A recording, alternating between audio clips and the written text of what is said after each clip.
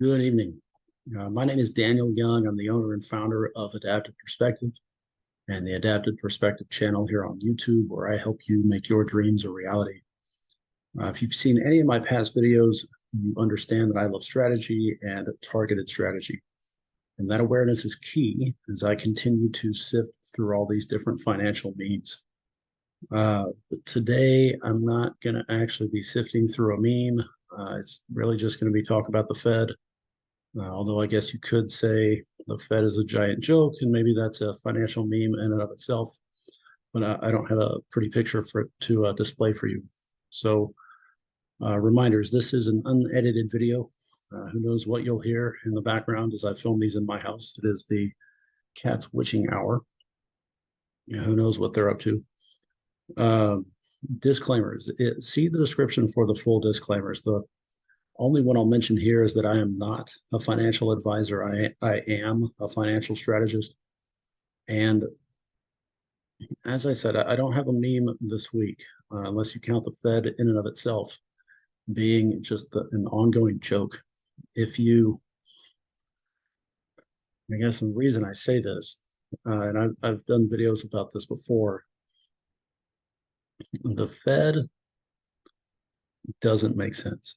And you can argue, I mean, like I get it, central bank, they set the rates, they set monetary policy, and we don't need that. But if we're going to go with that and keep that framework for now, think about this. The supposed most talented and aware financial minds in the country are in charge or are tasked with setting monetary policy and backing the dollar and supporting the infrastructure of our country. Those people, they engineer the stock market. And when they do, they also engineer the housing market. And they also control the overall value of the dollar. So those people, they do quantitative easing and they do quantitative tightening. Quantitative easing, they pump money into the market. Quantitative tightening, they take money out of the market. And there's no great way to take money out of the market. I mean, they print trillions of dollars, but it's not like they can automatically suck money out of the market, so they raise interest rates. So you could get into the why of interest rates. We'd be here a lot longer than this general framework of things. But I just want you to try to think with your brain, not with what you hear on TV, not with what you hear the Fed telling you outright. I just want you to think a little bit and see if you can maybe see a different ulterior motive, or at least a different purpose, something different than what's being put in front of your face. So the Fed prints $4 trillion in a very short amount of time and tells everybody we had no idea it would devalue the dollar. Now, the dollar is only worth what people think it's worth. It's just, it's a number printed on paper. It's actually, since we're not backed by a gold standard, it's backed by an ideology and not by an actual set of worth. If you said the dollar was backed by gold, then the dollar is based upon the overall value of gold. But now that the dollar is not based on gold and it's just based on a number, it's based on whatever people think it's worth. It's also controlled by how much of it exists. That's supply and demand. So when there's a ton of it in existence, it devalues its worth. You get price inflation, like the cost of everything goes up because the overall worth of the dollar goes down. When there's not as much money in circulation, the worth of the dollar goes up because it's not as readily available. It's like gasoline and oil.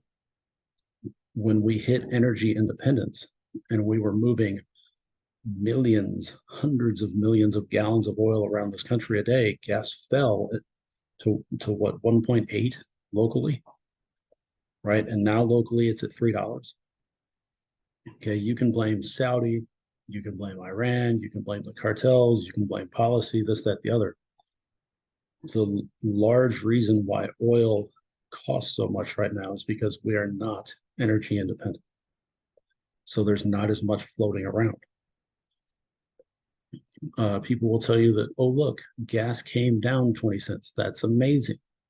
Well, gas at $3 is still $1.20 higher, at least $1.20 higher than it was almost 3 years ago, 3.5 years ago. So just because it's 20 cents different doesn't mean it's actually cheaper than what it used to be. So the Fed prints $4 trillion and tells everybody that the best financial minds in the country had no idea that a sudden printing of $4 trillion would not devalue the dollar. Bullshit. So the same people that caused inflation or the devaluation of money are now tasked with fixing the problem. Their solution: raise interest rates.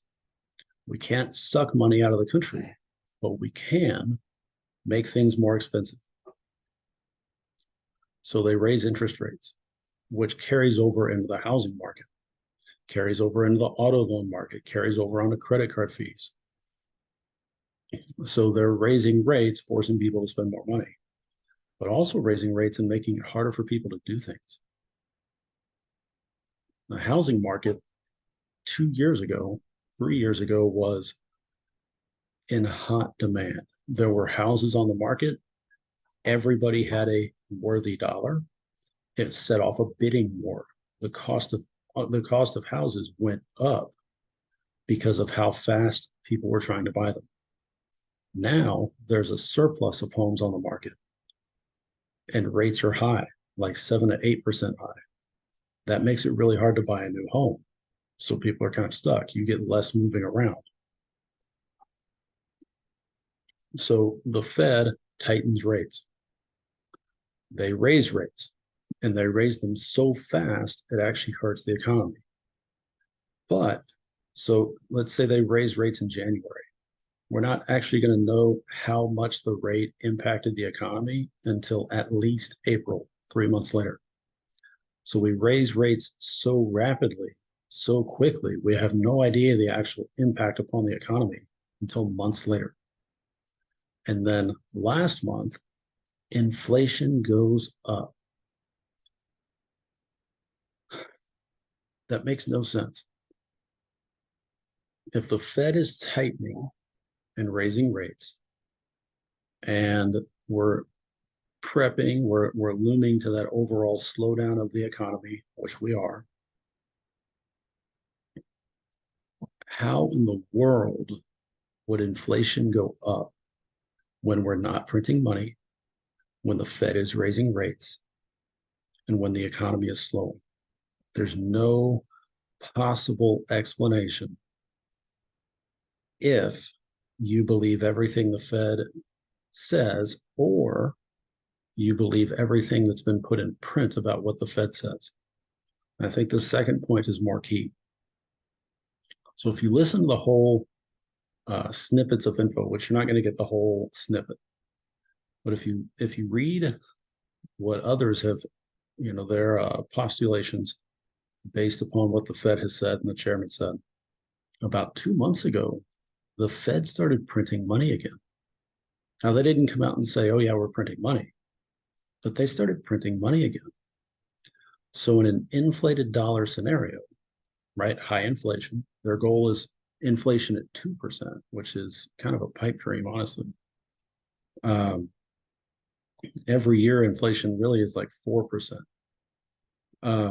But if we'll say, sure, they tamper inflation down to 2%, but it's not that way now.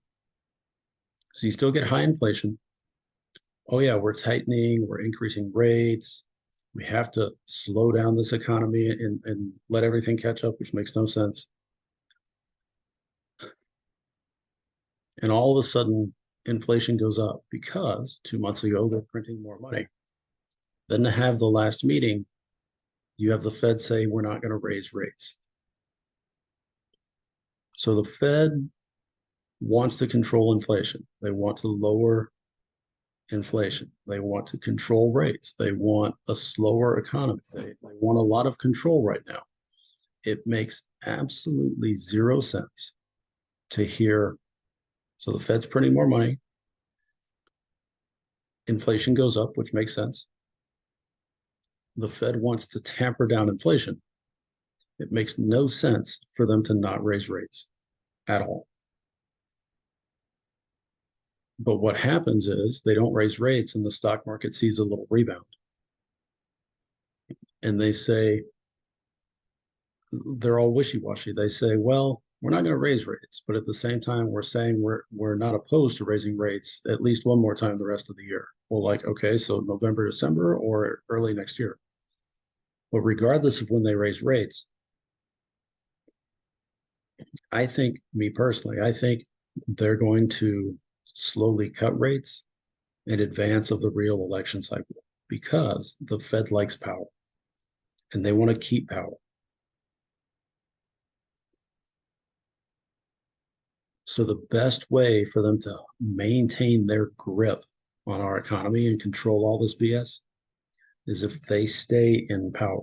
And the best way to make that happen is if they prove to everybody that the economy is now so good because they say it is, that they're going to start cutting interest rates.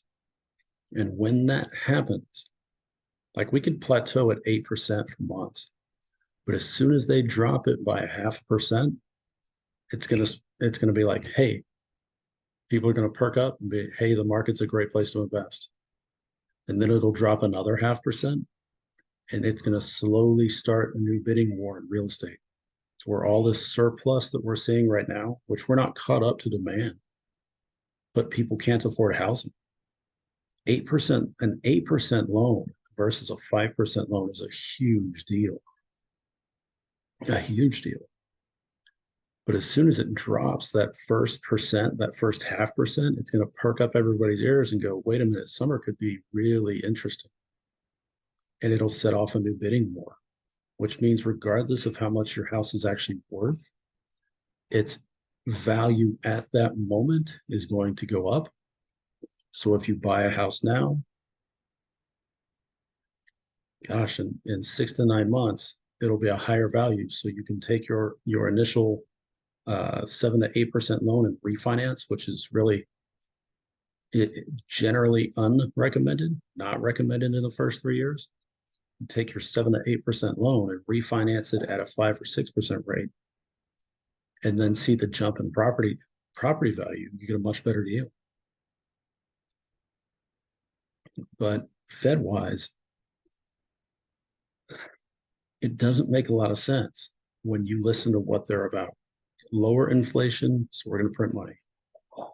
Lower inflation, inflation went up, but we're not going to do anything about it.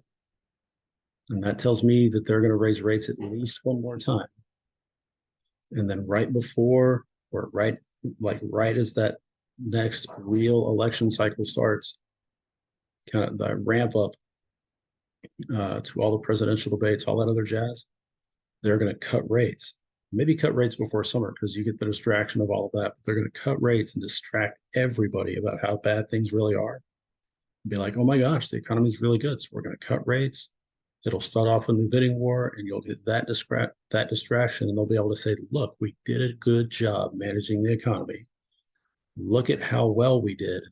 We did such a great job. We're going to lower rates and help out everybody. And all they're doing is just shifting the wool and changing the narrative and trying to change the perspective again to where it shifts all the hoopla, all the greatness on them, and people completely forget about that they're the people who put us in this stupid situation to begin with. So my 2 cents. Yeah, not a meme. And even next week, I'm not planning on doing a meme. Yeah, I'll save that data for next week, but still not a meme, but an interesting review. So if you like the content, consider subscribing to my channel. Hit the like button, and then head over to Facebook and join my group there called Navigate Your Finances. The information will be below. Remember, you're the captain of your ship.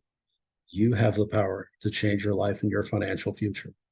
Many people will offer to help you, but only you can make the choice to do it. Your ship will go wherever you steer it. Make sure you know where you're going and make sure you know why you're going there. So, whatever you have planned, whatever you have on your horizon, make it happen and shock your world. This is Daniel Young signing off. I will see y'all on another video. Bye bye.